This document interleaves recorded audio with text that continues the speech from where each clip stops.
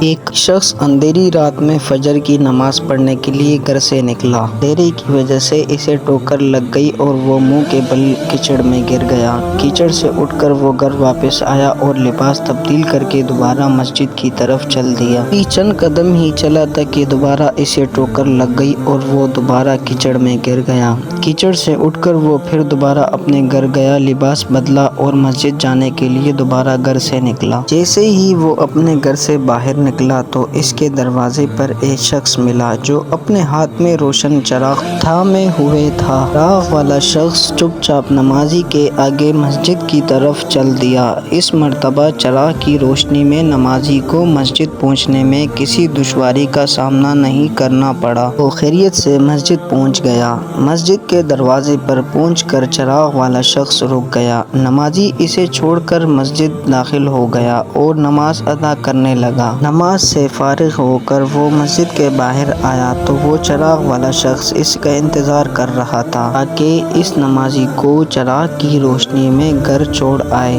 جب نمازی گھر پہنچ گیا تو نمازی نے اجنبی شخص سے پوچھا، آپ کون ہیں؟ اجنبی بولا، سچ بتاؤں تو میں ابلیس ہوں۔ نمازی کی تو حیرت کی انتہا نہ رہی۔ اس اجنبی کی یہ بات سن کر نمازی سوچنے لگا، ابلیس شیطان کیسے مجھے مسجد تک چھوڑ سکتا ہے؟ اس کا کام تو لوگوں کو بہکانا ہے۔ تو اس شخص نے بڑی حیرت کے ساتھ ابلیس سے پوچھا، تجھے تو میری نماز رہ جانے پہ خوش ہو جانا چاہیے تھا، مگر تم تو چراغ کی روشنی میں مجھے مسجد تک چھوڑنے آئے۔ ابلیس نے جواب دیا کہ جب تمہیں پہلی ٹھوکر لگی اور تم لباس تبدیل کر کے مسجد کی طرف پلٹے تو اللہ تعالیٰ نے تمہارے سارے گناہ معاف فرما دیے۔ جب تمہیں دوسری ٹھوکر لگی تو اللہ تعالیٰ نے تمہارے پورے خاندان کو بخش دیا۔ جس پر مجھے فکر ہوئی کہ اب تمہیں ٹھوکر لگی تو اللہ تعالیٰ کہیں تمہارے اس عمل کی بدولت تمہارے سارے